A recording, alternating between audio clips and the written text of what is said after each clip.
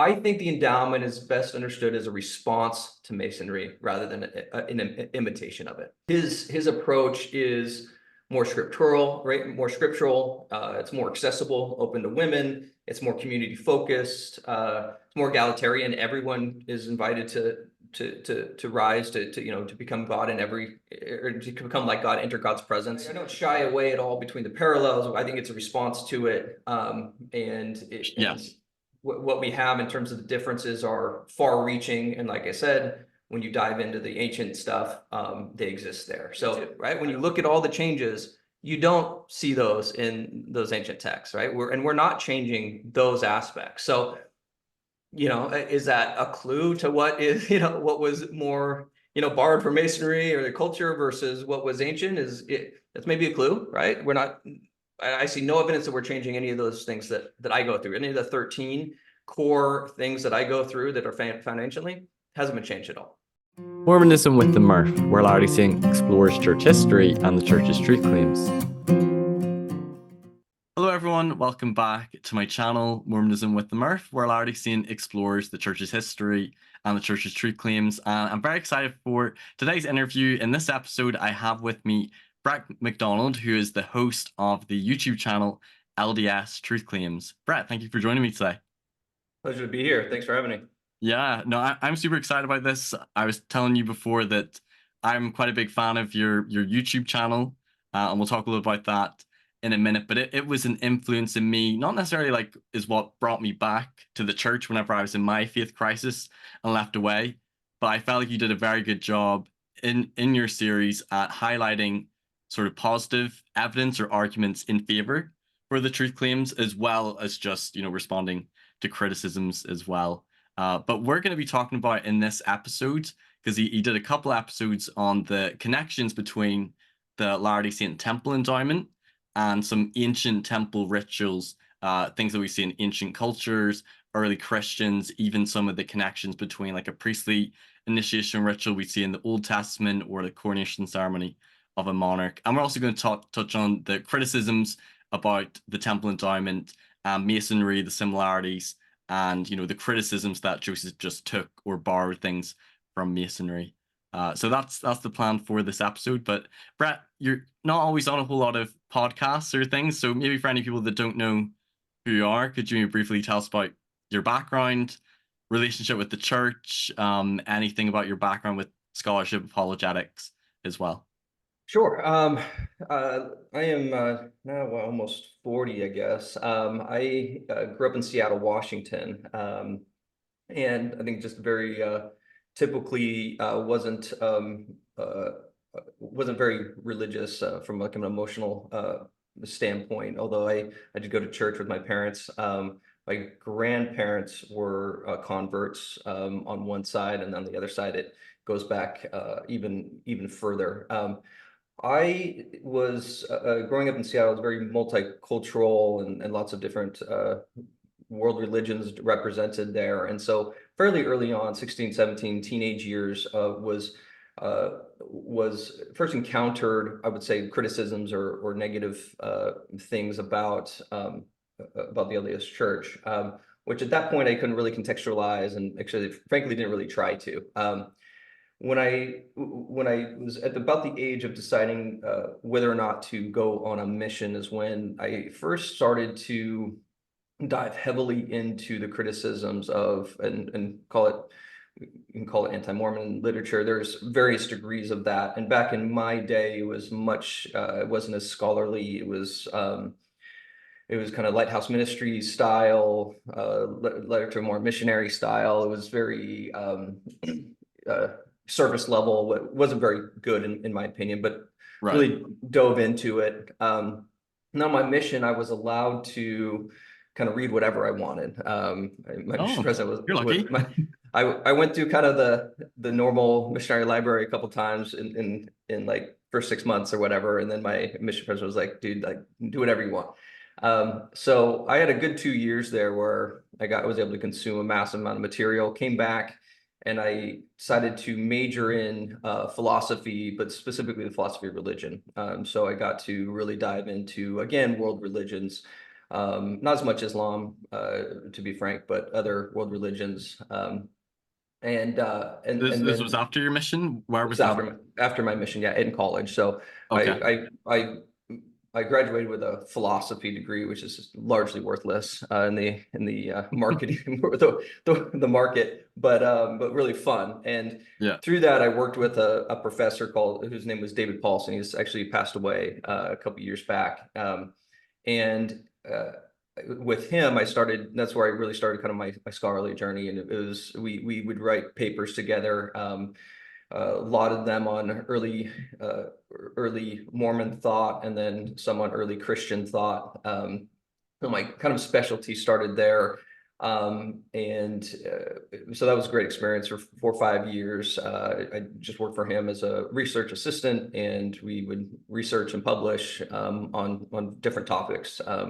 Divine Feminine, for example. If people have read the church put out some of those essays on topics, and Yes. example, the one on Heavenly Mother, we heavily used our paper on Divine Feminine, for example. So there was Oh, okay. That's some interesting. impact that I think that we had in the broader world. But David was great. After that, I really took a break. We went to law school and kids and all that stuff. So I wouldn't say I'm well known at all in larger scholarly circles. I haven't done much there in years. I did the channel because I would get, it was very kind of a selfish pursuit, frankly. I kind of became this resource where people would go kind of word of mouth when they had questions. And what I started to realize is that even amongst let's say very active and mission people who've been on missions and things in the church, there was really a lack of understanding of what I thought were really basic facts and ideas and history of the truth claims and kind of a lot of things. And so what was happening more and more was that these folks were going out in the world even after a mission and then hearing things, negative things that they had no context for. And it was weird to me, I guess, because I was kind of mostly in this kind of scholarly world where this stuff is like, widely accessible and widely known. So I'd have these conversations, they would last a while. And finally, I was like, well, I'm just going to put it, I'm just going to tape it and put it on the internet. And that way I can be lazy and be like, hey, if you come and talk to me, I can be like, hey, go watch this. Then, it frees up my time. So that's where it started. It's very haphazard. I told our stake president at the time, like, hey, I'm going to do this.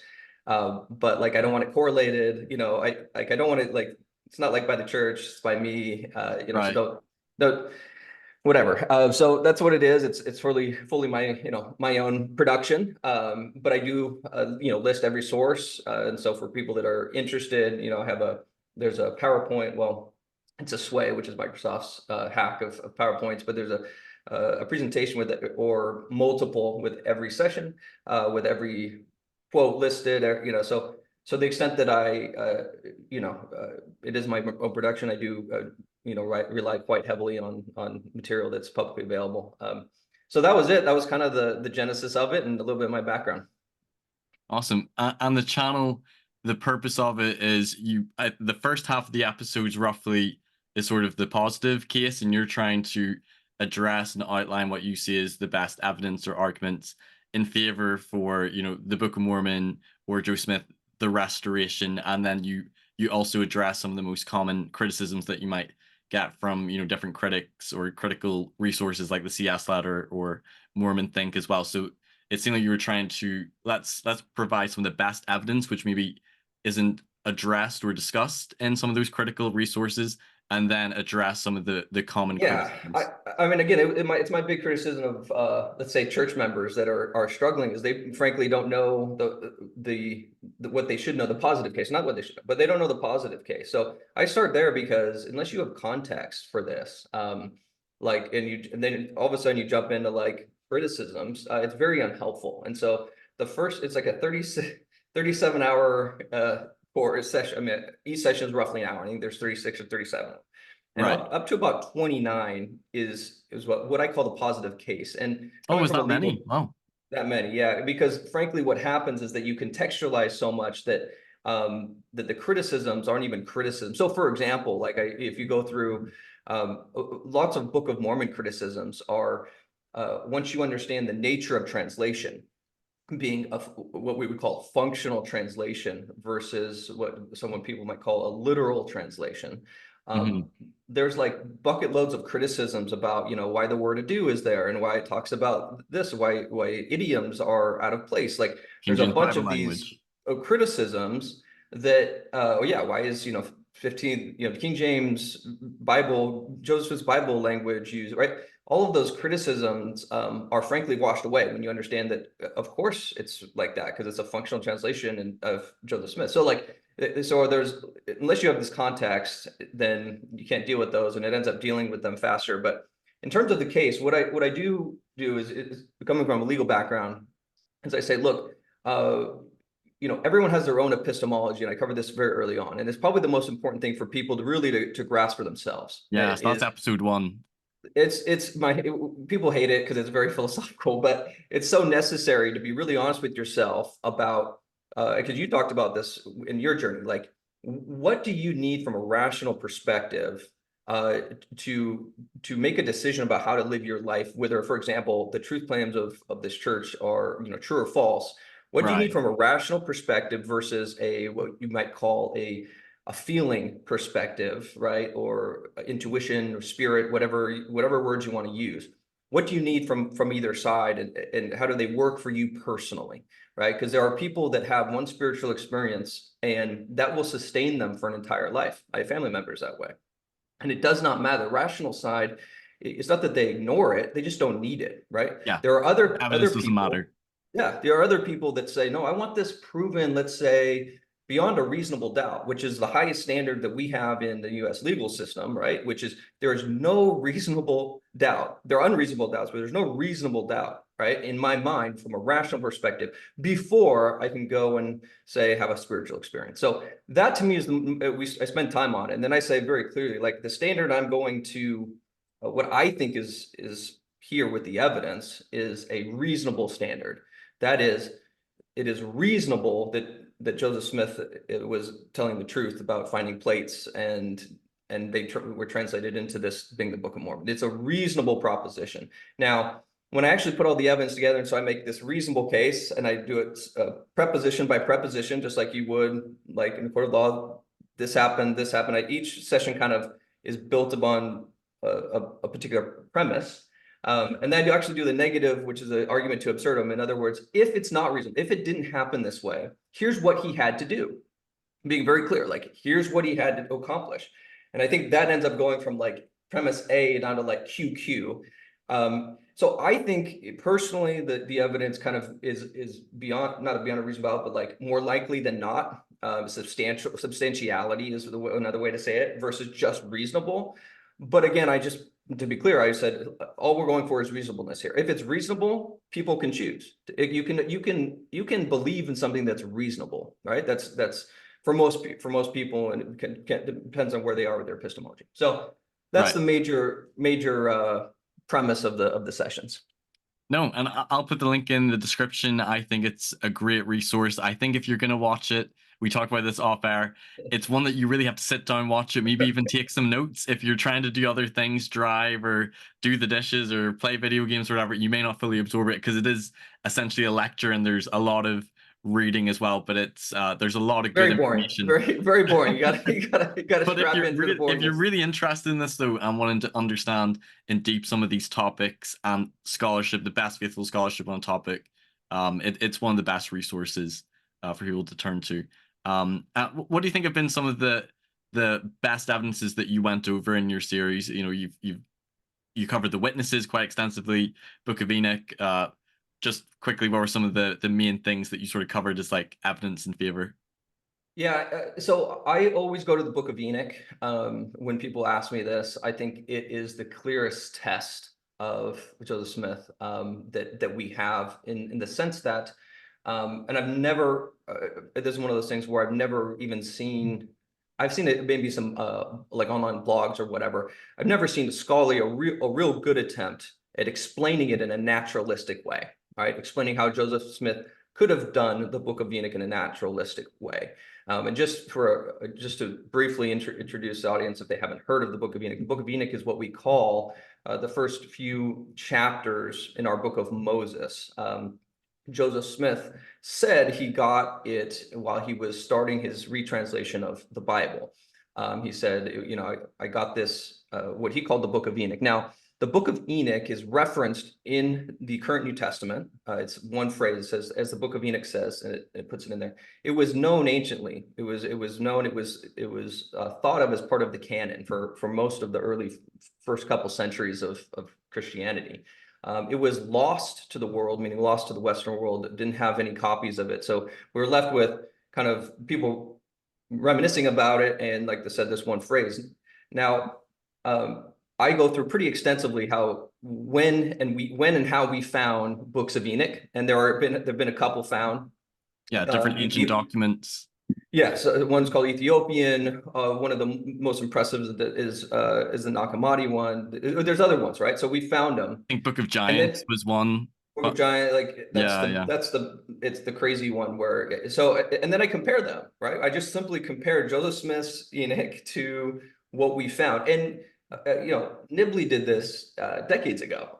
He had a 13-part thing, and it was actually before we found some of the other ones too. So again, it wasn't something new, but when you match those up and then you use the evidence of when we found these, it is unbelievable in terms of the correspondences and everything from thematic correspondences to like specific phrasing, right?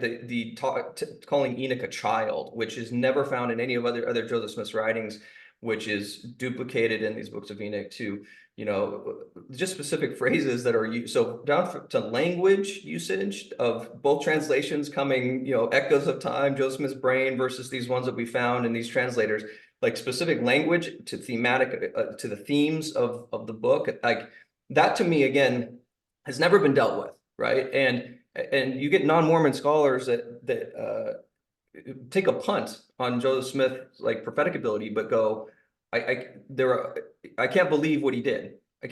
What he did was produce an Enoch that is relevant and real. So that to me is like number one, right? Because it's very clear.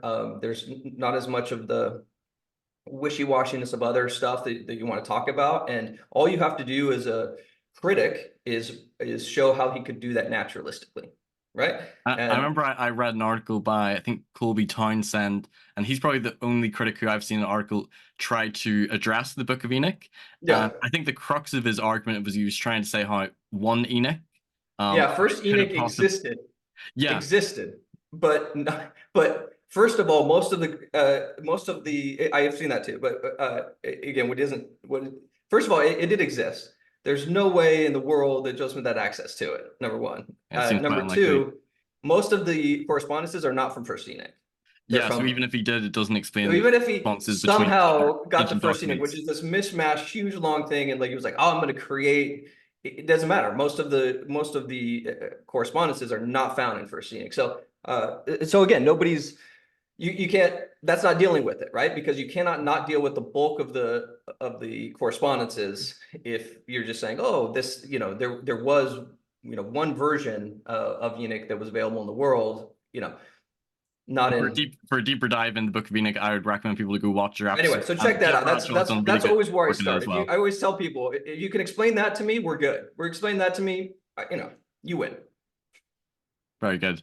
And yeah, you've done other really good episodes on like the witnesses, the 3 witnesses and the 8 witnesses, the Book of Mormon as well. You've done a really good series on that. And I find listening to your series again on the Book of Mormon was helpful for me as I was reading through like Frank Gardner's book and interviewed him and John Sorensen. And I felt like you really reinforced a lot of their scholarship. And I just took it. Really it referenced them. I just took it and I tried to condense it all. Yeah. And the things as well about Latter-day Saint doctrine, compare that to early Christian doctrine, our own theology. So there's lots of really great stuff on there. But what we're going to focus on is about the temple and the temple endowment and, Masonry, and then the connections to ancient temple rites, because that was actually the very first episode that I listened to of yours. and I think it was really interesting, some of the things that I learned. So why don't we just briefly talk about how would you describe or explain the Temple Endowment and what it is that we do? And then what would you say were the claims that Joseph Smith made when he was instituting and restoring the Temple Endowment? Okay. So I would describe the Temple Endowment as a ritual drama of adult initiation. And so it's an initiation into more covenants, essentially more promises. Right. But it's done through a ritual drama. Now that's been tamped down in our day. It was much broader drama. There's choirs, in early ones. The speeches were longer by Satan, and there was there was much more drama involved in earlier versions. So if you go now, you don't even stand up as much, right? It's Right. in many temples, there's not even 3 rooms. There used to be, of course, in the garden, different rooms, garden and celestial, and then celestial. So we tamp down the ritual drama part, but that's what it is. That's what it was created for. And obviously there's other things that happen in the temple. There's the washings and anointings, baptisms for the dead, and then there's the ritual drama. The washing and anointings are connected to the ritual drama, whereas the kind of the baptism part is a little bit separate. It's not Yeah, really proxy part of, ordinances for yeah, the proxy dead. baptism, not really part of that. So that's how I would describe it, as a 2-part initiatory, washing, anointing, and then this ritual drama that is meant to initiate adult Latter-day Saints into higher covenants, promises, and therefore supposedly blessings in their life. Right, becoming like kings and priests unto God, like Yep. this heavenly ascension to return back to his Yep. presence. Um, Absolutely. so then what did Joseph Smith claim? What did he say about the Temple Endowment? Because it was May 1842 when the endowment was first instituted to some of his followers. What did Joseph Smith claim? He claimed that it was, in some sense, a restoration or a re-giving of something that had been had anciently. And now, when I say like something and a little bit vague, he was fairly vague. So he never said something like, everything I have, everything I got was had anciently. But he did make the claim that what he was doing was had anciently. And he said that a couple of times, that when he started it, it was just at the top of the storehouse. It didn't have a temple. And he told Brigham Young, like, hey, this isn't how I want it, but like, we're going to get it going. And then Brigham Young actually did the first full endowments in, the Nauvoo temple before they left Nauvoo. So so a lot of it developed, and then we can go through. I mean, there's been lots of changes throughout the years, even recently with the language that women are asked to assent to. So there's been lots of changes, just like everything with Joe. There's always lots of changes. But for example, this is a quote from Joseph. What was the object of gathering the people of God in any age of the world? Everyone knows this quote. The main object was to build unto the Lord a house whereby he could reveal unto his people the ordinances of his house and the glories of his kingdom, and teach the people the way of salvation. And there are certain ordinances and principles that when they are taught and practiced must be done in a place or house built for that purpose, right? So he Right. was claiming that this had been done before. Awesome. And so Joseph, I think he claimed to be restoring ancient temple rites. And it seems that temples, and particularly like this ritual drama of the creation, was something that we can see anciently, in other cultures as well, which it seems to be like this very distinctive thing that a lot of cultures had in temple practice. What are some things? What are some evidence that you see between our own temple endowment and things that you see with ancient temple rites in different cultures?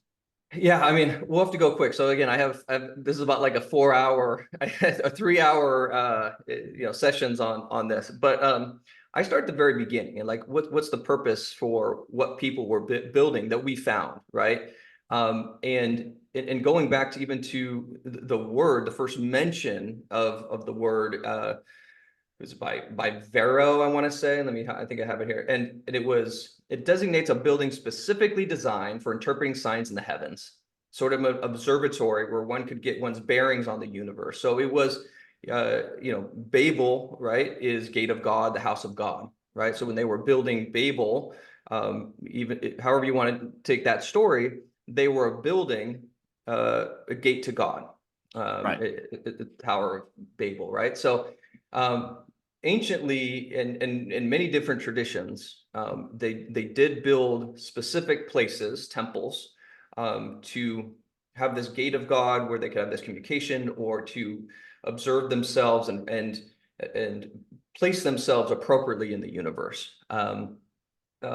So here's a quote from a scholar, from 1949. He says, though in time it became the dwelling of the divinity, originally it, meaning the ziggurats, the buildings that we find at ancient temples, Right. may have had the aspect of temple passage, a place of arrival. The temple was a building in which the gods transverse to pass from their celestial habitation to their earthly residence. The ziggurat is nothing but a support for the edifice on top of it. The stairway that leads, the same between upper and lower worlds. So very similar to how we, or Latter Saints, will pass through a veil into a higher, a different place in the temple, representing a different world, representing the next world. They were doing that from the very beginning. So again, it was all about connection, contact between this and the upper world. So that part is very much the same, right? In terms of our tradition, Joseph's idea and what they've done kind of throughout time. Awesome. So I remember listening in one of your episodes specifically about the connections and correspondences between early Christian temple rites and our own temple endowment. And particularly, you talk about the group of Christians called the Gnostics and some of their documents, some of their rituals, and some of the things which seem to correspond. Like I've noted down here, like how they had, signs and tokens, hand clasps, hands in cupping shapes, engaging in prayer circles, ritual clothing, a bridal chamber, washings and anointings, and how those are things which are very similar to things that we do in our own endowment ceremony. Could you maybe talk a little about that, the Yeah, connections, and does it yeah. seem there's some evidence that maybe Christ and the early apostles, there could have been these temple rituals that were performed? Yeah, I set it up as a test. Like, again, Joseph Smith said this has been done anciently. Like, has it? Right? Or has this been done anciently? And if so, where and why? Right? And so, starting with just the idea of building temples, of course, that's been done ancient. We just covered that. I split it up into 13 different specific things in terms of the themes and discrete symbols, actions, images, phrases that are used in the initiatory and the endowment, including washing anointings. And that says, first, the tradition originates with Jesus, right? That's a claim. Number two, the initiatory rituals are the center of Christ's gospel. Three, the idea of pre-existence of mankind, and then the creation drama, right? So in other words, the drama that we create in the temple is creation.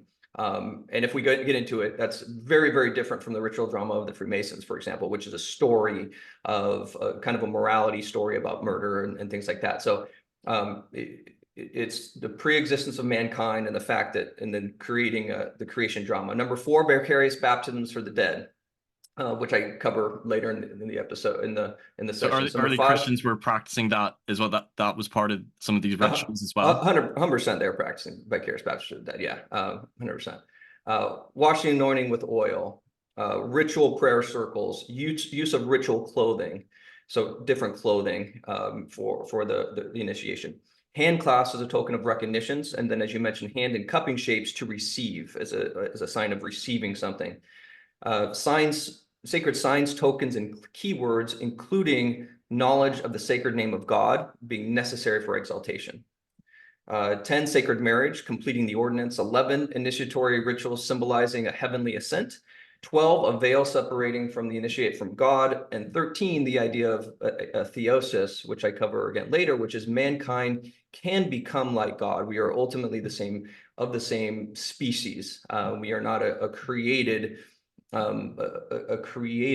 entity. Our mind, our intelligence exist on the same plane. Therefore, in some sense, we can become like God. So I cover those 13 specific phrases, themes, etc. And I do show very specifically how each one of them have echoes through time, and we can show that. So, for example, we do get into Gnosticism. I don't know how much we want to go into there. Gnosticism is a messy subject. It's fascinating.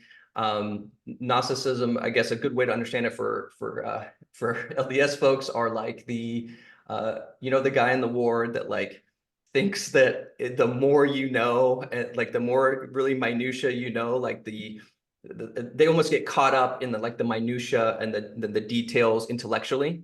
It's all And that's about the all, knowledge. and that's all that matters. Like you don't want to serve, you don't want to do anything, but you think like you're a really good person if you like know XYZ. That's one way to think of Gnostics. They got lots of things wrong, and Gnosticism is a big thing and like a big concept. Basically, it's a way for what became Orthodox Christianity to denigrate people that didn't believe like them. Okay, so Gnosticism just means knowledge. There's fights all throughout Christianity from the very, very beginning. Now, certainly certain Gnostics are, if you read lots of writings, like they mess up lots of things, like they confuse who God is with Satan, and there's a demiurge. It goes pretty crazy. But the one thing that they did was they kind of preserved a lot of these things that they said came from directly from Jesus, and that were taught to James and came in through Alexandria. And we get a lot of their writings in 1945. And so before that, we were stuck with just people talking, poorly about them, right? But what we get from them is just is fascinating, right? We get that this stuff was passed from Jesus himself, that he created a graded ritual initiation. And so like, here's a quote. It might seem astonishing that there is nothing like the early descriptions of baptism to be found in relation to the Eucharist. But the reason is that the discipline of the arcana or secrecy forbade the revelation of the ordinances. The only teaching given on this subject, therefore, could not be preserved for us to use in writing. So they were saying there were certain ordinances that were only taught orally. They were not written down, right?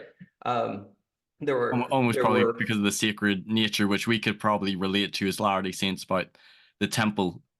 That's right. And so this nature is disregarded by most Christianity, right? Like they're saying like, oh, that's stupid, right? That's dumb. But like, no, it's right here, right? For example, the apostolic constitutions advise that, quote, the doors be watched lest any unbelieving or uninitiated person enter. So there were certain things that they were doing that required that they didn't want uninitiated doing. It wasn't open to the public. So that we get lots of this, and even as far as Eusebius, which is writing in mid 300s. He's said the Lord after his resurrection imparted knowledge to James the just and to John and Peter, and they imparted to the rest of the apostles, and the rest of the apostles to the 70. And these were the truths of the Christian religion as mysteries. Anyway, so this idea that Jesus, it started with Jesus. I'm starting right here. Did it start with Jesus? We get lots that it did, and we get very specifically things like that Jesus initiated a person. They put on a white cloth. The initiation lasted several hours. They were interrupted. So we get lots of more specific stuff about what the initiation consisted of. But we get massive amounts of evidence now that they were doing other stuff in early Christianity, not all of which is currently contained in Orthodox Christianity, that consisted of more secret ordinances only available to initiated. There was a graded ordinance. And then, for example, instruction in the mystery of God lasts all night. In other words, participation in the full ritual requires many hours. It begins with a young man who is called Lazarus in John's story, wearing a linen cloth over his naked body. So they put on a white cloth, which again is in ancient context, clearly implies initiatory ritual. This is all from, again, very early Christian sources. Right. Because I think I remember whenever I listened to your episode, I listened to it again quite recently, but I think you're referring to different sources of different texts that maybe aren't in our current New Testament, but things like maybe the Gospel of Philip or like the secret Gospel. Tons of stuff. Other writings. that's more kind of more Gnostic stuff. And that's where you get really specific descriptions of prayer circles, for example. They stand in a circle and they pray, and the person praying, the other people repeat after him the prayer. And so it's a prayer that's very exactly like how we do prayer circles. There's one person praying, and others repeat the prayer in solidarity. Right. So it's supposed to be a more communal way of praying, a more intimate way of praying. The descriptions of that, descriptions of anyway, yes, that's where we get lots of stuff. Now we also, if you read even like mainline, Orthodox Christianity, they were doing initiations, at least washing anointings before baptism, well into the 4th century. And so you can read very specific how they wash and anoint and where they do it, touching the ears and the eyes and the nose and the breast and the loins, like well into the 4th century in Jerusalem, for people right after baptism. And that's been available. That's not secret or hasn't been discovered. That's been around for forever, basically, in Catholic documents. So we get this stuff in different ways from different sources, my point. And you kind of just piece it together, and you can start to show like all of this stuff exists. Again, we can go through any more specifics that you like, but I have all 13 of those, and I do go through the ancient documents and show the quotes, and it's all right there. And I'll definitely refer people that they can check out that episode if they want to read all the quotes and the specifics. And I think in my series that I'm doing on temples and masonry, I'm going to utilize and borrow from some of the research that you've done. But I think it's super fascinating, and not even just early Christian temple rites. But I remember I listened to an episode, a presentation by Bruce Porter. I don't know how familiar you are with his work, but he looked at like ancient Egyptian temple rituals, and there was quite a few striking correspondences to our own temple endowment, again, like creation and I think garden theme, and different aspects of the ritual. Like I remember in Embrace as well, that there were some correspondences that we see in ancient antiquity to our temple ceremony, outside of early Christian temple rites, which I think is quite fascinating that we see some of those correspondences. Yeah, they echo, I think, throughout even, like I said, cultures and stuff, right? Like why people were building temples, and in many places that have that connection. And even if they differ wildly in theology, there's still these echoes of things that we don't know. We don't know where they came from and how they're disseminated, and there's lots still that we don't know, but it's fascinating. And some of the symbols as well, like like the compass and the square. I know I've seen them in like some ancient art or ancient cultures, or even some ritual clothing with similar marks like that as well, from either monks or different people. Sort of showing that some of these symbols, which we might have in our temple endowment or that might exist in masonry, go back in ancient traditions as well. Yeah, I mean, we definitely like all the symbols Joseph, quote unquote, again, took from masonry, but like you said, you find those in lots of other places too, well before that. So even with, I don't go into those as part of, I categorize those of things that he, like, if the test is, did some of this exist anciently? What you have to do is you have to separate what existed currently with him, which masonry, for example, right? And you kind of I separate those elements just for the test portion, those elements from things that like didn't exist in masonry. So my 13 points do not exist in masonry at all, right? They're nothing to do with the Masonic ritual at all. They're new 13 points. And I say, okay, do we find those anciently? Right? Because you could argue, the critic could argue, well, anything he took everything from masonry, and some of it you can find anciently. It doesn't matter. He still took it from masonry. So Right. does that make sense? That was going to be one of my questions. So what specific things are in the temple endowment that correspond with some of these ancient rituals that he wouldn't have gotten from masonry? Which all ones of those? list? Yeah, exactly. All of the ones I mentioned. All 13 of those did not exist in masonry. Really? Really. You could say clothing did, and some of the specific clothing. So I guess that's the one. But because they do have ritual clothing, but and I suppose they have their own washing and anointing ceremony. However, I know washing and anointings that was first performed with the Kirtland Temple in 1836. So that it's very different, and it's very different. So our washing and anointing, like I said, corresponds with the ancient washing and anointing. So the washing and anointing is very different, and it's is very specifically like here, here's how the Lord, here's an example. So when Saint Mark went to Alexandria, he took with him some of the oil, sacred oil, made by the fathers of the apostles. He used it in the sacrament as well as the patriarchs who succeeded him. So this is in Alexandria, Egypt. This continued until the era of Pope Athanasius, the Apostolic, the 20th patriarch, who then decided to remake or redo this ceremony. But here's how we did it. He anoints the head to sanctify it, the nostrils, the mouth with the tongue is the most dangerous organ in a person, the ears, the eyes, and the glands. So like this is what they were doing. This is the Coptic Orthodox sacrament of confirmation, right? This is what they were doing. That's what we do, right? We're doing what they did. Same with, like I said, I mentioned Cyril of Alexander. Afterwards, you do nostrils, you do the ears so that they can hear, the nostrils, afterwards your breast. So that's not done in Masonry. So all the things that I list are not done in Masonry. The specific things that we share with Masonry are the 5 points of fellowship, the penalties invoked in disclosure of non-disclosure of oaths. We've removed actually most of those penalties though. So in 1990, those two were removed. Anymore. They were harsh, and the Smoot trials, the famous Smoot trials, right, was mainly focused on the penalties. Smoot trials was the temple ritual was. This would be fascinating. Sounds like our politics, but in the United States Senate, they were essentially revealed because the Senator Smoot from Utah was under investigation. Did he take an oath that was like contrary to his oath as a U.S. Senator? And they were concerned with the Temple Endowment, and particularly the oaths of retribution and non-disclosure. So anyway, Gotcha. but we shared those until we got rid of them. 2 grips are the same. 2 grips that we use are the same. The symbols of the compass and the square. There are certain phrases such as like has it a name and 3 distinct knocks.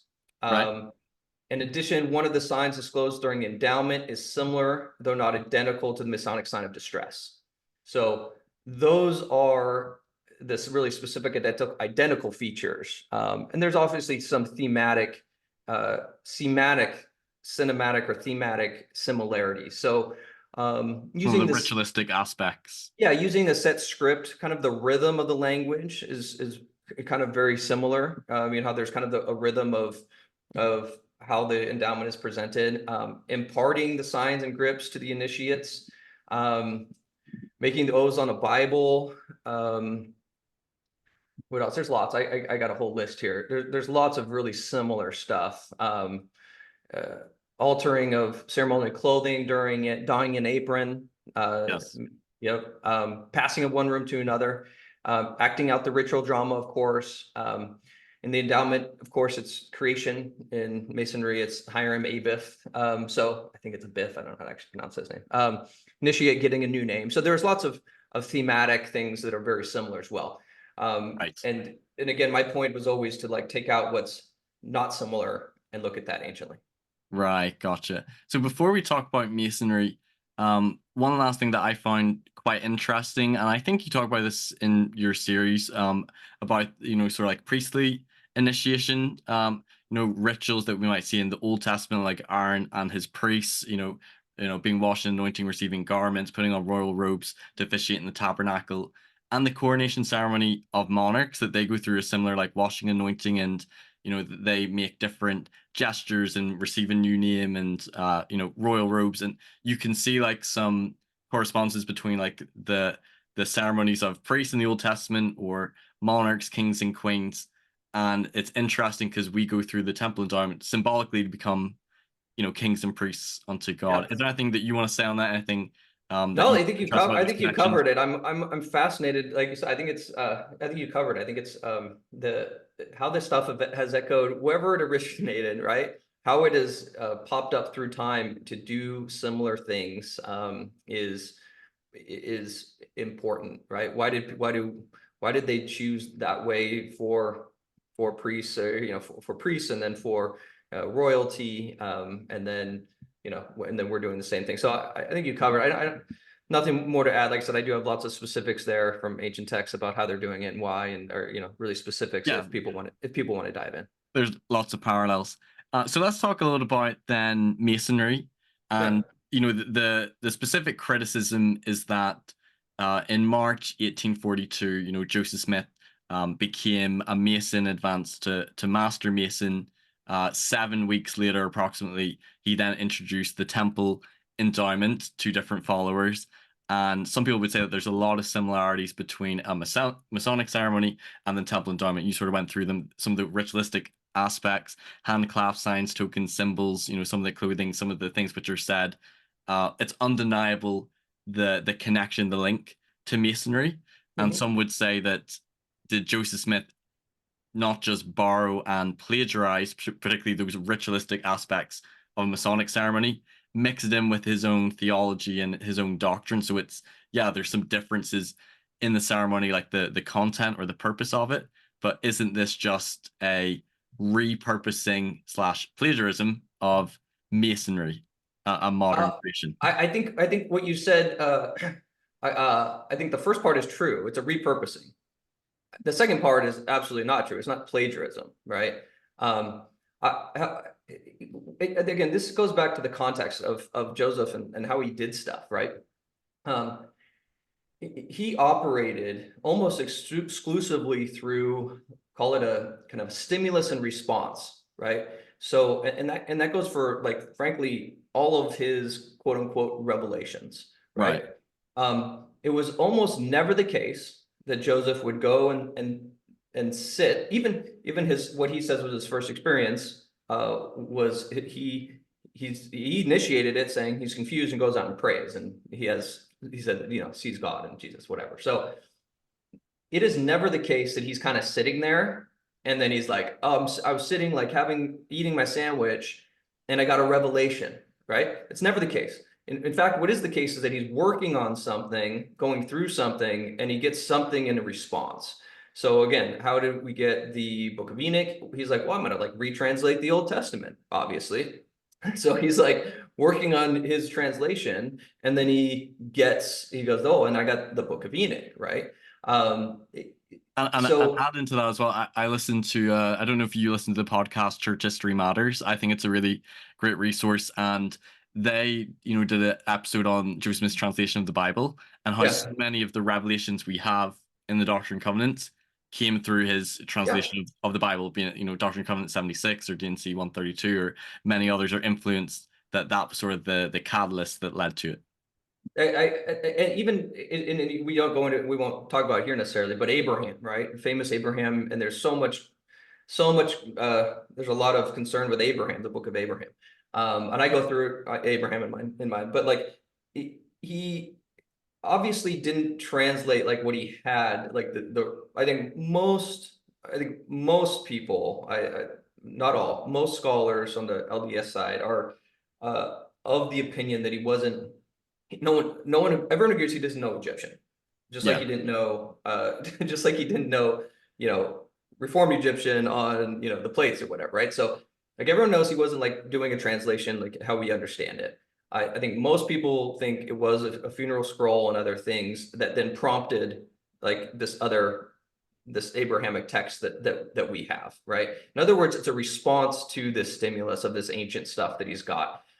Even his attempt, I go through, there's that one weird thing where Joseph, there's a one phrase in when Clayton's journal where it says Joseph started to translate, and he gives like a piece. We now kind of understand what he was doing. He like looked at a symbol, and anyway, so Was this for the Kinderhook plates?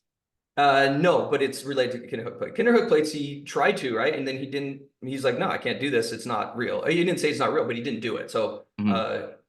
there was nothing coming. There was not, so he does work in stimulus and response. And so that's the first thing. I think and the second point is that he encouraged all members to go be Masons, right? And not all, but a lot of his inner circle. Mormon Masonry was enormous. It was the fastest growing lodges were in Nauvoo, in Illinois. They actually got into a fight with, of course, they get in a fight with the mainline Masonry. So, and then because they were getting too big, too powerful, it mimicked the political situation on the ground in Illinois at that time, kind of secularly, right? Within these Masonic lodges, which were growing very, very fast among Mormons. They didn't heal that rift until like the 1990s. Mormon Masons in Utah and like the mainline Masonic. So he's encouraging everyone to do it, and he's telling them why. He's like, look, they have this ritual style, and they know how to keep secrets, and so if it was like, he was very open about it, right? He was very open about like, do both. So he obviously wasn't concerned with it, right? He wasn't concerned that like people would be like, oh, you're just like ripping this off. And he thought there was value in that organization. Right. It's a great organization, right? It does teach spirituality versus religion. It teaches morality. You're expected to give back to the community. Like, outside of a lot of the hocus pocus, like conspiracy theories, it's a very good Fraternal organization. Obviously, just for men. He was doing the endowment for women also, things like that. So I think the endowment is best understood as a response to Masonry rather than an imitation of it. I think Right. it's it was certainly a catalyst, an influence. a catalyst response to it. His approach is more scriptural, right? More scriptural. It's more accessible, open to women. It's more community focused. It's more egalitarian. Everyone is invited to rise, to become God in or to become like God, enter God's presence. There aren't, in Masonry, there's more graded things. So I don't shy away at all between the parallels. I think it's a response to it. Yes. What we have in terms of the differences are far reaching. And like I said, when you dive into the ancient stuff, they exist there. So I don't think it's anything to be, I think it's fascinating. Again, it's fascinating that it ever becomes an issue for people, because if you just know the history of both, like, it's not an issue, right? Just that's what I mean with context. Like, if like you don't know anything about Masonry or the history of Mormon Masonry or history of Joseph Smith and how he got revelation and all that kind of stuff, and then all of a sudden you're like presented this, oh, Masons are this organization from 1799, here's what they do, he stole it, you might be like, oh, but yeah, undermining the divinity. But if you do, like, it doesn't make any sense. Like, of course, they're parallels. Of course, it's a response. He said it was a response. Like, it doesn't make any sense. The criticism doesn't make much sense. The only question is, did he make it up? And that's where you go to all the things that are different, and you go dive in and see if he was right, if they existed. Right. So I want to ask this question, because this would be a criticism. So I know, like, many, we talk about what Joseph Smith claimed, that, there is these rituals that were had anciently, and many early, Latter-day Saints who received the endowment, some of them were Masons, and they would have said things that, the Masonic ceremony, these rituals, is sort of like a apostatized or degenerated form of sort of like an ancient endowment or rituals that were had, and it was commonly believed that this descended from Solomon's temple. And a criticism that people would bring up is one that scholars say that Masonry seems to originate or date back to like 15th century medieval Europe, so it doesn't go back to Solomon's temple, and that there weren't these sorts of rituals performed in Solomon's temple. It was more animal sacrifices. So they might argue that Joseph and the early Latter-day Saints believed that these were ancient rituals going back to Solomon's temple, but actually the scholarship shows that this just seems like it originated in the 15th century. What is your response to that criticism? I mean, I think it's not really a critic. they're largely correct. I mean, so let's start with the baseline. Joseph Smith and all his contemporaries believed things that weren't true about lots of things. I don't think Joseph Smith had a good understanding of the Book of Mormon. Like, he didn't teach from the Book of Mormon that often. He taught much more. He was, after he translated the Book of Mormon, and he did do some changes to it, so he was involved with it. But like, he was much more fascinated by like the Old Testament and the New Testament, frankly, from like when you look at like his preaching and stuff, right? he had no real clue. Like they didn't read it well enough to not understand that it wasn't like a hemisphere wide like drama, right? Like a lot, like they operate. It seems to me he operated under the, like the idea that, you know, this was a story of like all of North and South America, Yeah, right? hemisphere, that You there know, are because the only peoples there. you know, they're calling the Indians Lamanites, and or you know what, who Native Americans, how, you know, they're what they would deem Indians. They called them Lamanites, and he would talk about stories of Lamanite culture here, whatever. They didn't read the Book of Mormon and be like, look, they're talking about travel distances that are very small, and there's never snow mentioned, and no one ever gets cold, and like you know, like, so I don't think he understood lots of things. That's fine. He's human. Like, so it's a misunderstanding, I think, frankly, of like fallibility, right? Of how at what rate can these people be wrong that we see as prophets or apostles? And I cover fallibility heavily in the sessions because it's a huge problem. Because right, because anytime you take a view of infallibility and the first thing they say that's wrong, you're like, therefore they're not a prophet, and that's just a total misunderstanding of the idea of prophethood, the idea of apostolic authority, the idea of human nature, the idea of the interaction between God and humans. A total misunderstanding. So that's number one. Can they be wrong? Of course they can be wrong. Did they say lots of things like that? Yeah, they did. I've read all the debates about Masonry. I'm probably on the side of like, I don't know, it's not that ancient, but they probably had stuff that bubbled through time, and you know, Or like different symbols and but whatever. influenced by maybe It Christian doesn't really rituals matter. handed down. Like I said, it doesn't really matter if Masonry is ancient or not, right? Because of what I just said, which is that there's a lots of stuff that are different, and that stuff we can definitively find in ancient Christian documents, right? So it does not matter. Like the only argument is actually one of fallibility, of saying they were saying things, they believed things that were wrong. Of course they did, right? Like, of And would course you they say believed things that that were you wrong. believe that Joseph was correct in the assertion that these rituals, go back anciently and Some um of them, yeah, some of them. I mean, again, it's this mix, and we've gotten. That's why there's been so much changes to it too, right? Let's if everything he brought forth is quote unquote like had anciently and was from God, it wouldn't have changed at all, right? I right. mean, Well, that like was gonna be one of my next questions. Why has there been, if this was, and again, this is maybe your assumptions of it, the restoration of these temple ordinances? I would have grown up thinking like this is literally from God. This is yeah, all literal and perfect. And so I was yeah. aware of changes, and I think to a degree it's a valid question for people to ask. Why are things removed and changed? There's one thing saying like, well, further light and knowledge, further revelation, things can be added to, but why were certain things taken away? Why are they in the ordinance in the first place? And then why is it being taken away? Yeah, because culture changes and people change, and I love the new. You know, they just changed women now. So women used to like make an oath essentially, like to obey their husbands, right? The husband obeys God and Yeah, unveiling as their the husband faces. listens to the father, and that caused a lot of concern amongst sisters that are single or single, right? Or like, and so they changed it. I think that's fantastic, right? And now it's much more direct between women and God. So again, going back to this idea of fallibility and the idea of perfection. First of all, perfection is a dangerous word. It's an incorrect word. We don't understand it. It's misused.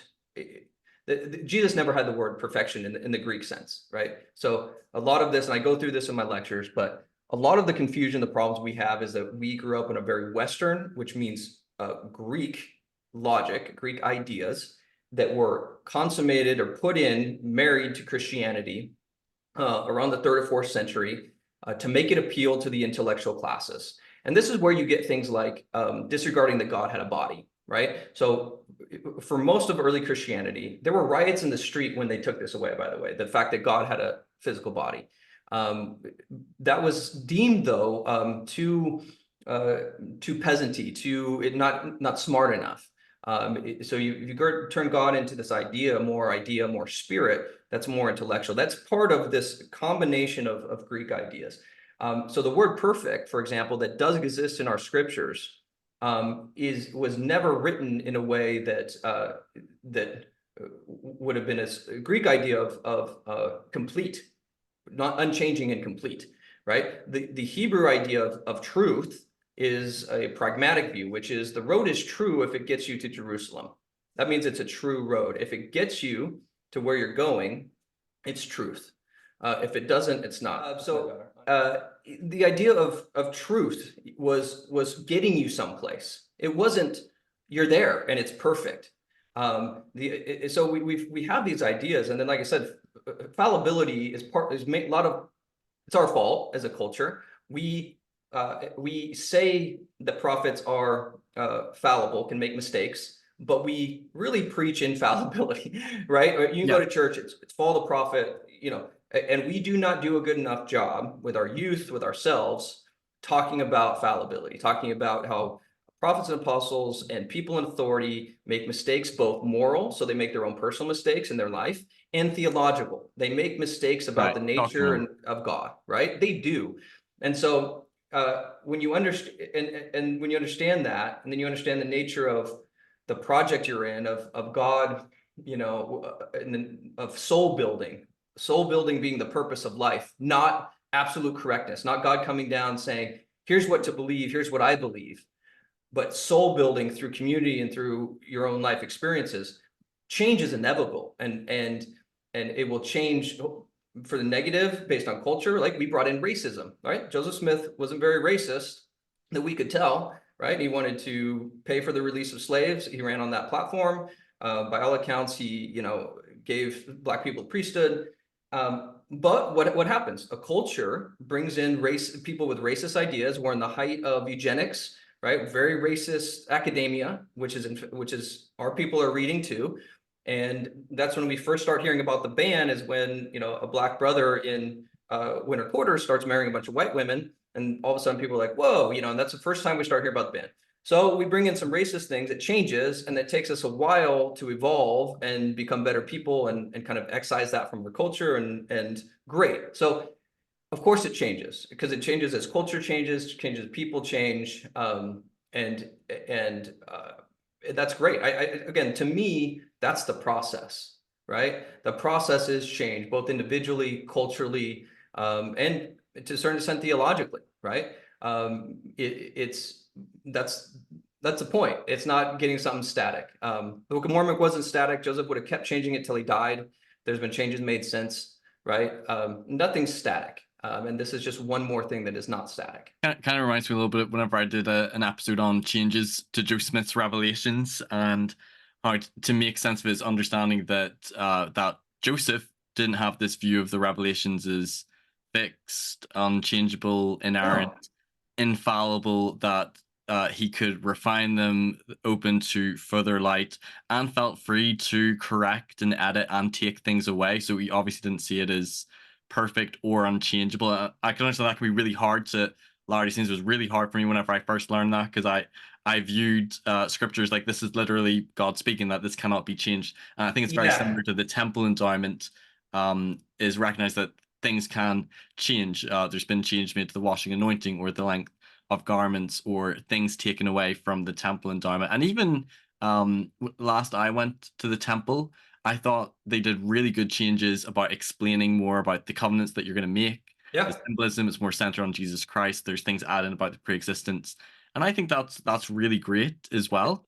Yeah, it's fantastic. Look, we have this, we don't study Revelation at all, right? And so I cover it when I talk about the Book of Mormon translation, is what actually happens to a human that you want to call a prophet. Great, you call him a prophet. What actually happens when he's receiving a revelation? What's occurring there? There's different views. Here's a view that I think is somewhat believed, not because of evidence, but because of unthinkingness, is that that person becomes an automaton. In other words, it becomes a machine by which God produces exactly God's thoughts. So that person's mind and will are taken over, and he then puts out through his mouth or his hand God's thoughts. So what you're getting is God's thoughts, right? Now, that is the only interpretation of Revelation that works with this idea of completeness, static, perfect, whatever, right? That's where you could say, don't change that, right? Don't change that, because that's how it works. That's God's thoughts through you as an automaton. We have absolutely zero evidence that that's the way things work. Zero evidence. And there was mountains of evidence that it works differently. For example, most of the evidence for Joseph Smith translating the Book of Mormon, and I go through this, and Brent Gardner does a great job of explaining this, or I like explaining his this theory. book on it. Yeah, there's some sort of thoughts that are put maybe subconsciously into the brain of the human. That then has to come through that conscious part of the brain, right, which generates words and phrases and ideas, which then the prophet speaks or writes down. Now, within that, that gap between subconscious and conscious, you get a lot of crazy stuff, right? Because you get humans, and you get this person, you get his culture, and you get, how am I explaining this so it makes sense to me, this idea, right? And that's, to me, much more exciting, much more believable. We don't get taken over. God can't control our will. We're the same species ultimately. He doesn't control our mind. He doesn't want to, and he can't. And it's this communication and this haphazard slash, not perfect communication between God and human, mediated through language of the time and all this kind of stuff and culture, which then of course their understanding, their interpretation. So it's sort of like a human divine collaboration. Yeah, and then changes are perfect and wonderful, and we should seek them. Right. I want to ask a couple of, because I have critical listeners as well who listen. I want to try to like represent what they might bring up, like push back things as well. So this isn't me trying to catch you out, because I don't care. But I know a question that they might think is, how does one distinguish between, say, like what we've been talking about, that revelations aren't perfect and open to further changes or development or adaptation? How do you distinguish between changes, which you might say is further revelation or further understanding, and changes that this seems like either like apostasy, apostasy, changing the ordinances, or another religion who are just constantly making changes, where we might think like, oh, well, that just shows what they're doing isn't inspired. We're coming up with these explanations for the changes we're seeing, either with revelations or the Book of Mormon or temple rituals. But then if we saw another religion doing it, we'd say, oh, well, that's just a sign that they weren't from God. Do you understand what I mean? What sort of your response when you might think like that? Yeah, I think it's not perfect. I like it.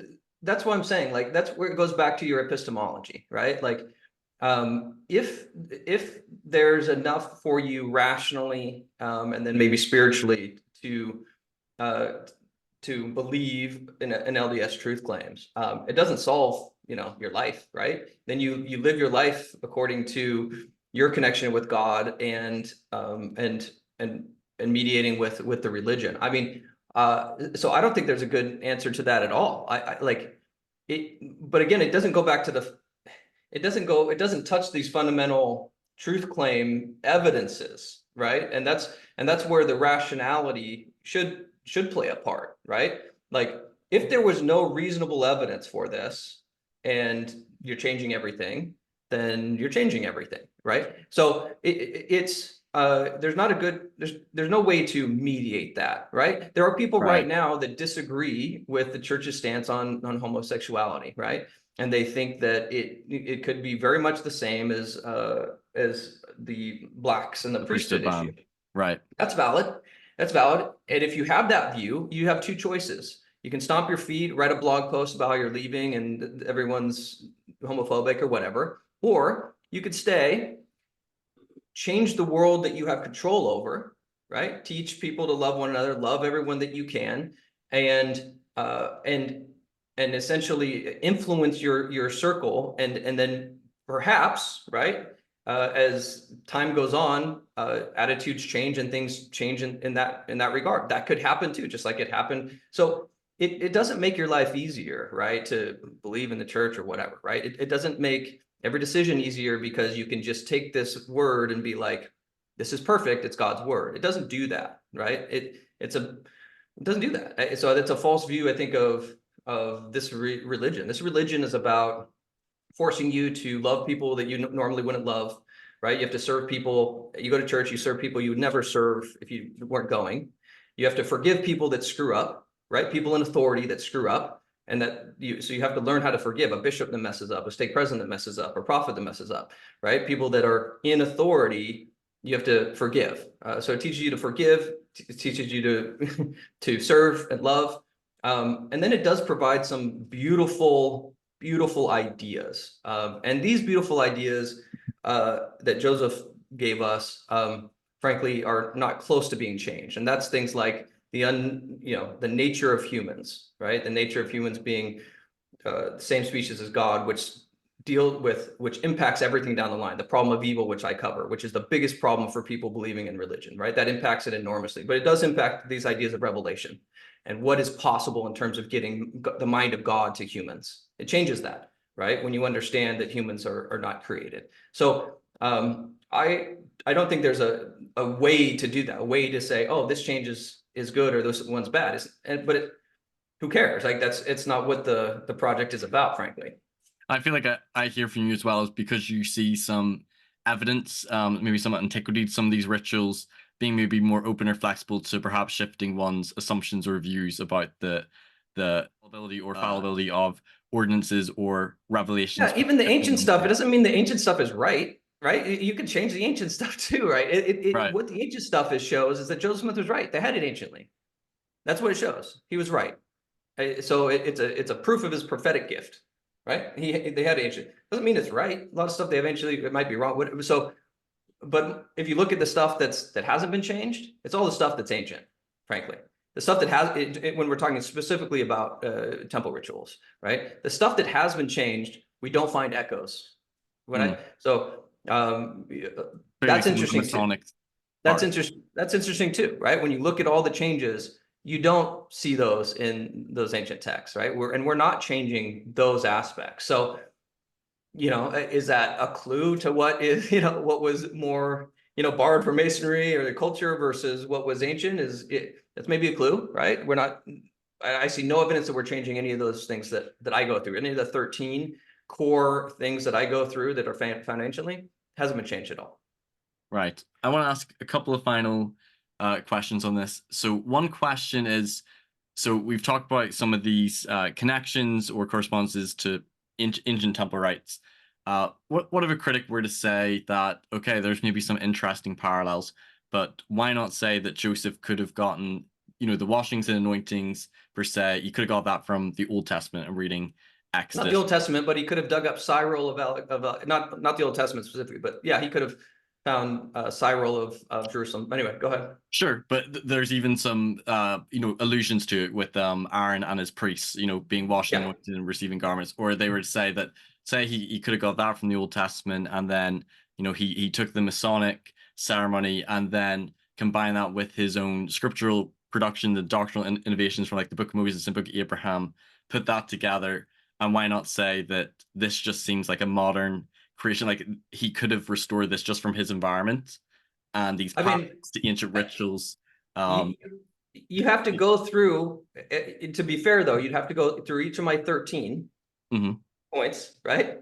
And you'd have to give me something better than that, probably, right? Like, so how did he come up with prayer circles?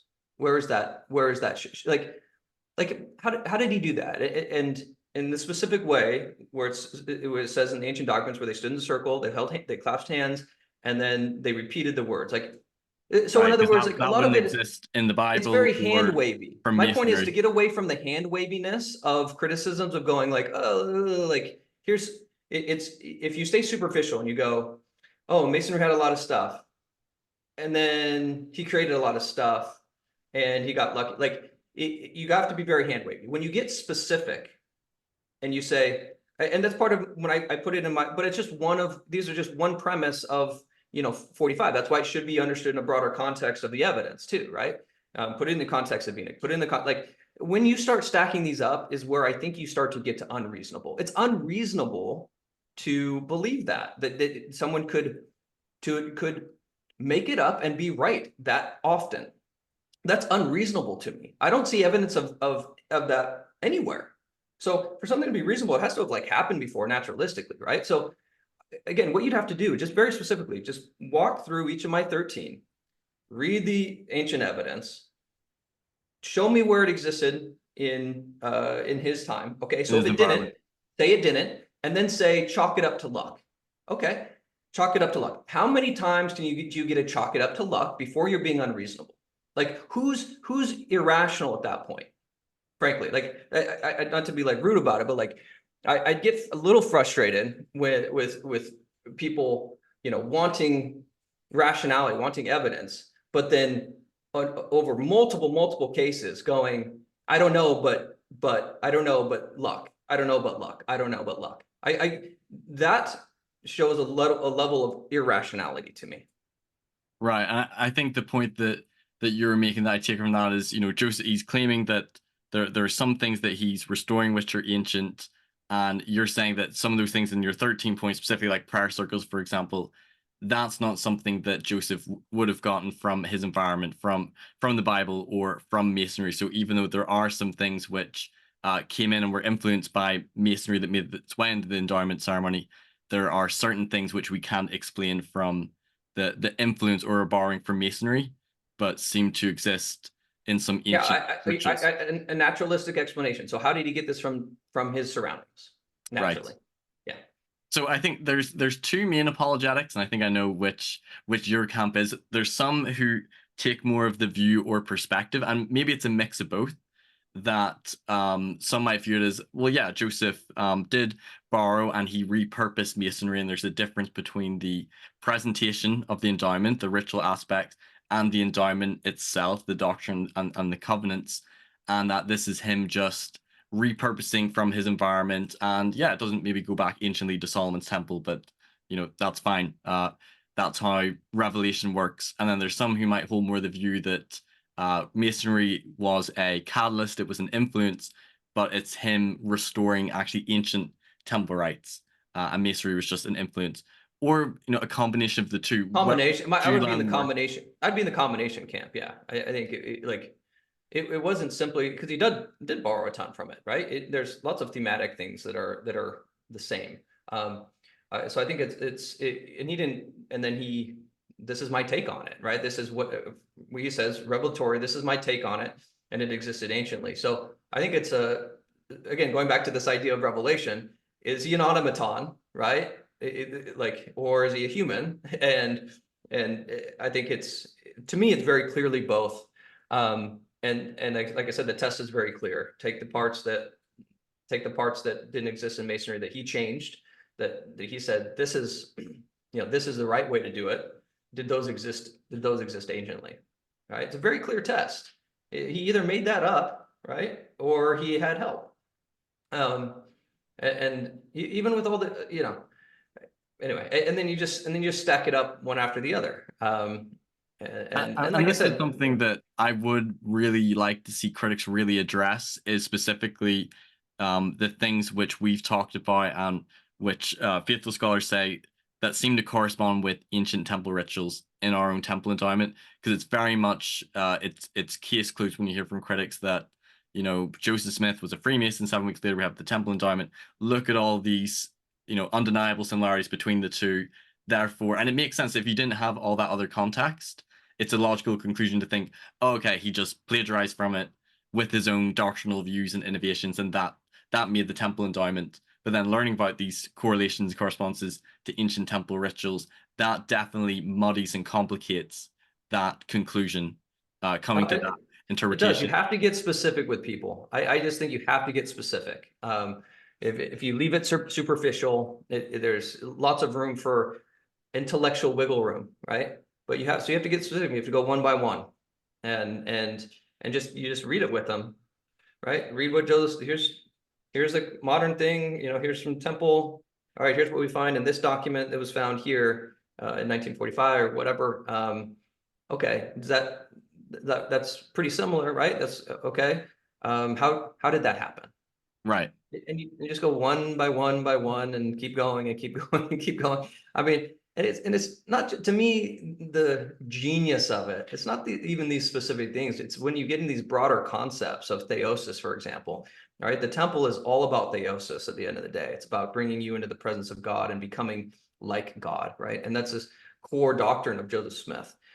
It's a doctrine that existed anciently, right? And early Christians fought about it, and Joseph brings it back in this like nuanced, glorious way. Like, again, the idea that this kid, fairly worldly uneducated, like, had this mind that could do things like that, like, again, it really strains my credulity. It really does, right? And baptisms for the dead, like, so it's not just these specific things, it's the broader thematic, like, why does this matter?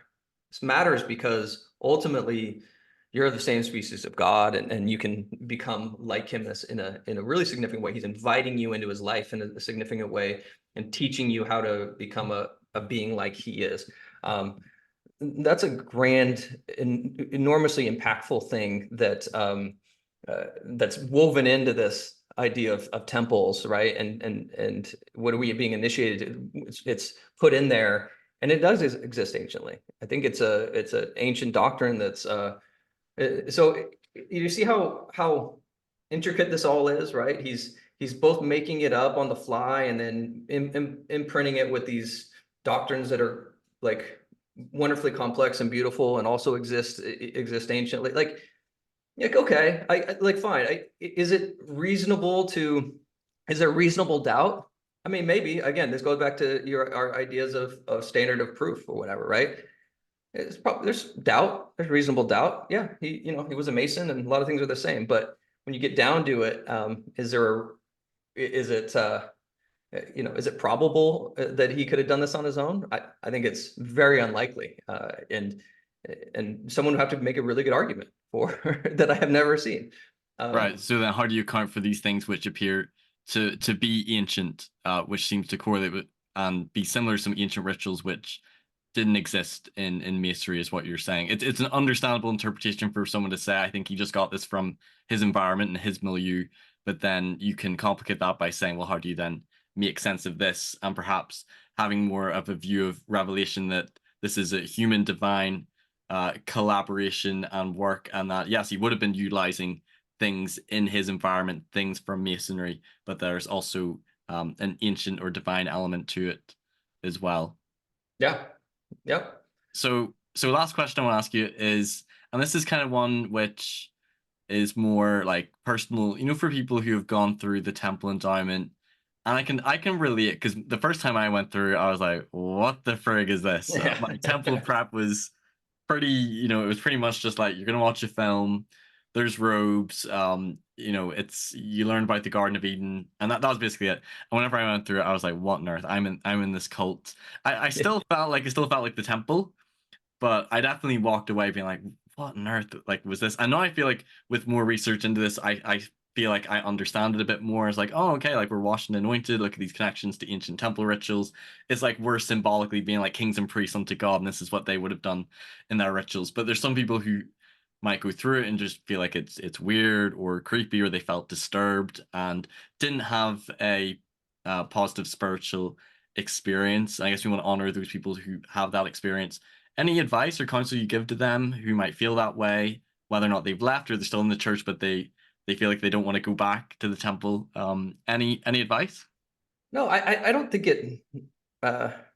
Sorry, I don't think it matters. I think what matters is people have their are able to feel good and happy in the way that they are, and if the temple really works for them in that way as a space to have more meditation, get away from your phone and be able to commune a little bit, and feel happy in that way. I know some people that literally just use it for that, right? Like just use it for, because how often do you put away your phone for 2 hours, 2.5 hours or whatever, right? Like honestly, and just have a time to meditate, which is a form of prayer, of course, right? So, but other than that, I think just diving into some old stuff and reading about it can be helpful, because it is super weird and it's very different to our culture. Right. And again, that was the point of Joe's telling everyone to go be Masons, right? Is that it was a learning that ritualistic style, and we don't learn that at all, ever. All of a sudden you're like No. going through it for the first time and you've never experienced that. I mean, maybe if you've acted in plays, right, you have some experience with I don't know, but with drama, right, ritual drama, like, well, we don't have that experience. So my only advice is to look at it from different angles. Number one, it can just be a place to hopefully utilize to have time and peace and time away from things. Number two is if you do start to read some of the stuff that I have from really old sources and really old, and think about how kind of cool it is that you're doing something that people did thousands of years ago, or not that, like long time ago, right? Yeah. In some cases, more than 1,000, a little bit over more than 1,000. And and they connected with the divine in that way. And that's interesting for them, and maybe it's hard for you to connect to the divine in that way, but you can have some appreciation for history of religion, history of Christianity, people that were doing this, and they felt deeply about it, right? Like for the Gnostics, it became they were the only surviving source that kind of kept this stuff alive amongst all the other theological weirdness they got into. But I think that can help, just to know that a lot of this stuff is very, very ancient. And Jesus was doing it with his apostles, apparently. And so that can be interesting. It can be a new way to kind of look at it. And so anyway, I don't know, that's off the cuff stuff, and I don't really have good answers there. No, that's Ultimately, great. yeah. No, and there's so much symbolism in the temple as well. And there's a lot of people who, when they leave the church, you might see some ex-Mormon TikTokers who really do mock the temple ceremony or temple clothing. And Yeah, I super have grace weird, for easy to them mock. because I was a little bit like that whenever I first left. I didn't, thankfully, TikTok wasn't created then, but now I feel like I've got a lot more respect and more understanding. And even if you were to come to the conclusion that you don't believe it's inspired of God, you can at least understand from our conversation why Latter-day Saints believe that there is, this deep symbolism to even maybe some ancient antiquity, and that's symbolic of their, journey back to God and like becoming like kings and priests unto God, and that's why we, wear the clothing and do these ritual things, and at least people they may not necessarily have to believe or agree with it, but they maybe can understand it. Yeah, Similar to whatever. They other, probably won't. But that's just like other religions have their own that's sort of life. rituals and sacred clothing as well.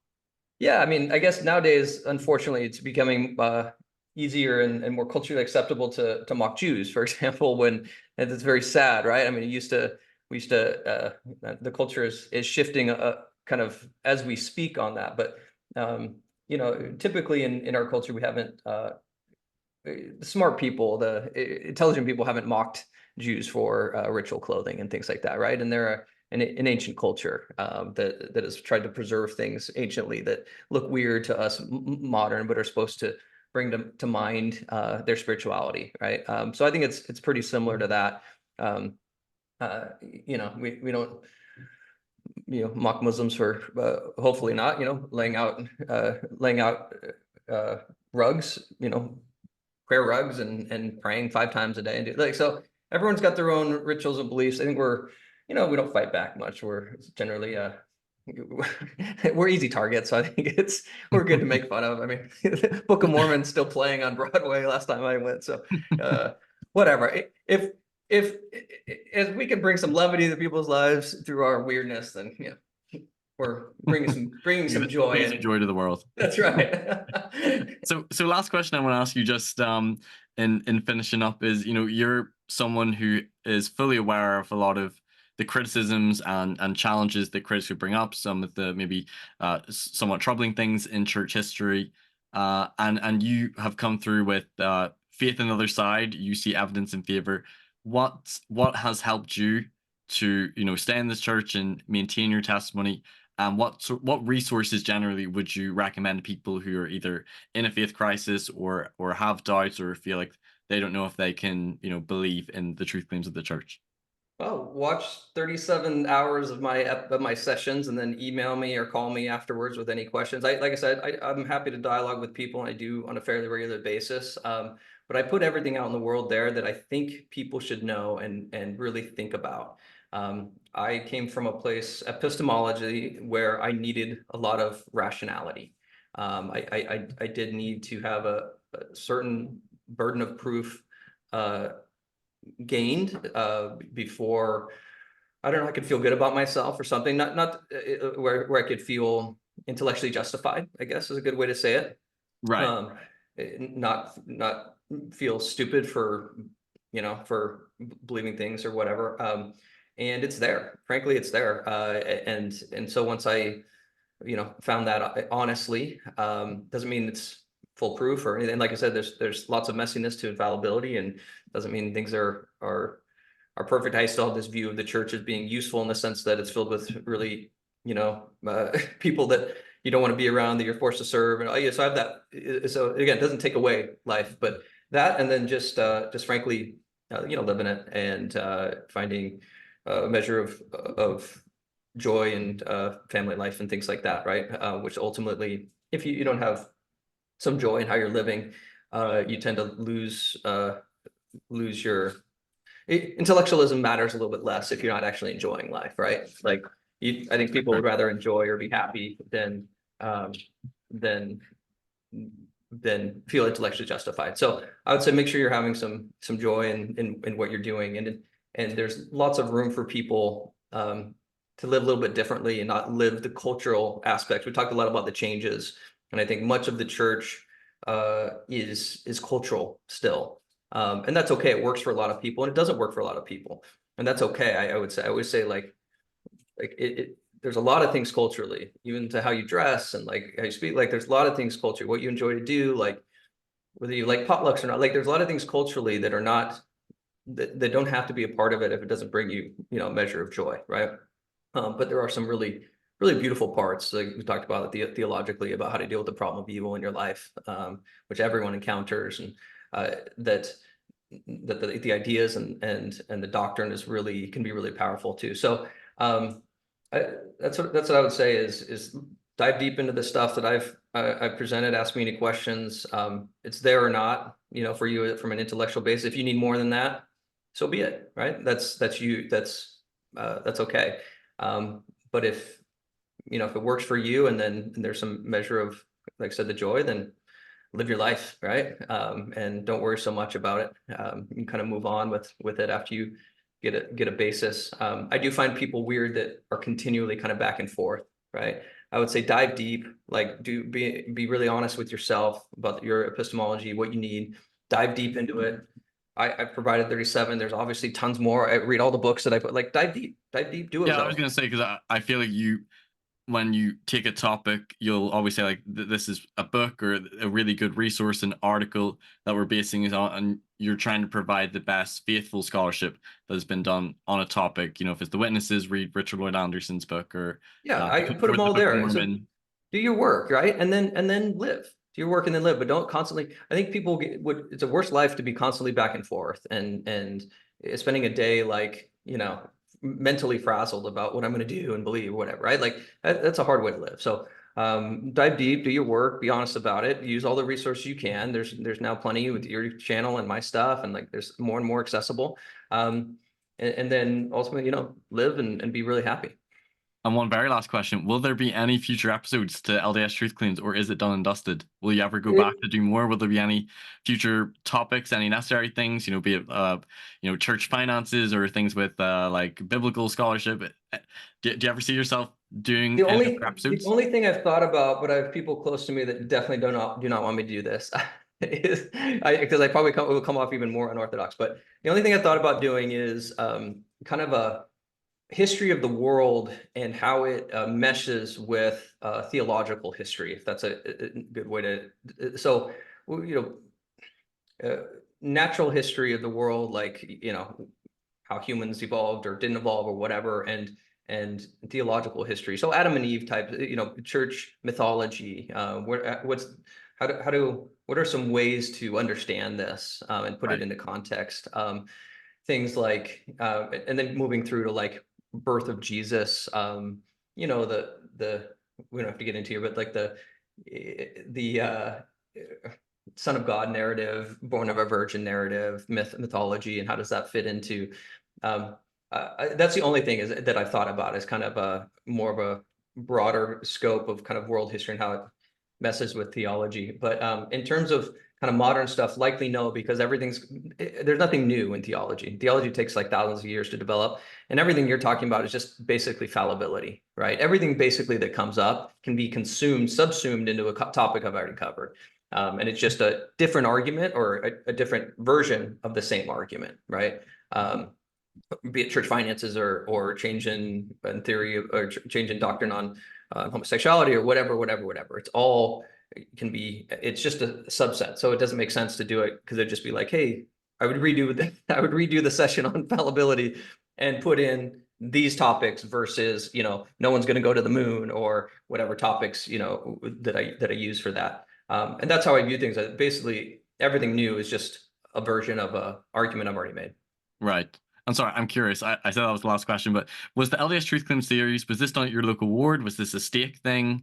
And then what was the general sort of reaction or like response to the channel? People in your ward or stake and online? It was definitely not, like I said, not correlated or not like approved. It was approved in the sense that I was good friends with my stake president, and he was like, oh yeah, just use the building or whatever. But we're not going to like talk about it over the pulpit or be like, hey, people should go here. What happened is that local bishops did start to send people to it, like kind of they heard about it, send people word of mouth. But it wasn't like a big audience, a big crowd. Like I said, it takes a lot of effort to show up, once a week for an hour and listen to a lecture, even more so than, listening to it online. True. I had a buddy, so I was just going to do it live. I had a buddy that started taping it. He taped the first one. He was just a friend of mine, worked at Amazon there in Seattle. And so it's him, he put it up online. And I was like, oh, okay. So literally I was going to do it with the idea of like, I didn't have to talk then to one-to-one everybody in my area. I could just like bring them all together. He then taped it, and then he created like the channel, the artwork. He's a designer for Amazon. So so then he started taping them. That's why the production, and then I ended up getting, I don't know, we tried to improve it a little bit, but it was never going to be like produced on video. I was just going to do it in front of people. So I would say that generally it still doesn't have tons of views. I mean, so generally the reaction is small because it doesn't reach a large audience. Like I said, I love to talk to people. I found that it's, I don't know, I get feedback that it's helped people. So I'm pleased that I've been able to be of some service to folks, but I have no idea how much. I don't know. Like I said, basically it's an exercise in laziness, so I didn't have to do one-on-one conversations. So you didn't have to talk to so many different people, so I just watched the video I did on it. Yeah. I can relate to that. Well, Brett, I really appreciated this time for you coming on to my channel. Like I've said, I'm a big fan of your work and what you've done at LDS Truth Claims, and would recommend people to go check it out and listen to it as well. I think you've done great lectures. I'll put the link in the description. And I appreciated this conversation that we've had about temples, masonry, and ancient temple rites, and getting your views and your thoughts on this. And I think it's been a really great discussion. So thank you. Yeah, appreciate it. It's been really fun. Thank you. Thanks for having me on. Awesome. And listeners who've been watching, if you really enjoyed this, give it a like, comment underneath, and don't forget to subscribe so you don't miss out in future episodes and future content and interviews that I want to do with different people, different scholars, or experts on topics as well. And I'll see you next time on Mormonism with Murph. Take care. Bye-bye. Thanks everyone for watching this episode. If you've enjoyed it, please give it a like, share it with others who might benefit, and don't forget to subscribe so you don't miss any future content. You can also listen to these episodes on podcast form on Anchor or Spotify, and you can follow me on Facebook, Instagram, and TikTok. Check out my website for more content, personal blog, and more. And if you care to donate to support me, you can via my PayPal or Patreon, or through the website. And you can also give donations via YouTube through Super Chats. Thanks for watching Mormonism with the Murph. Take care. Bye-bye.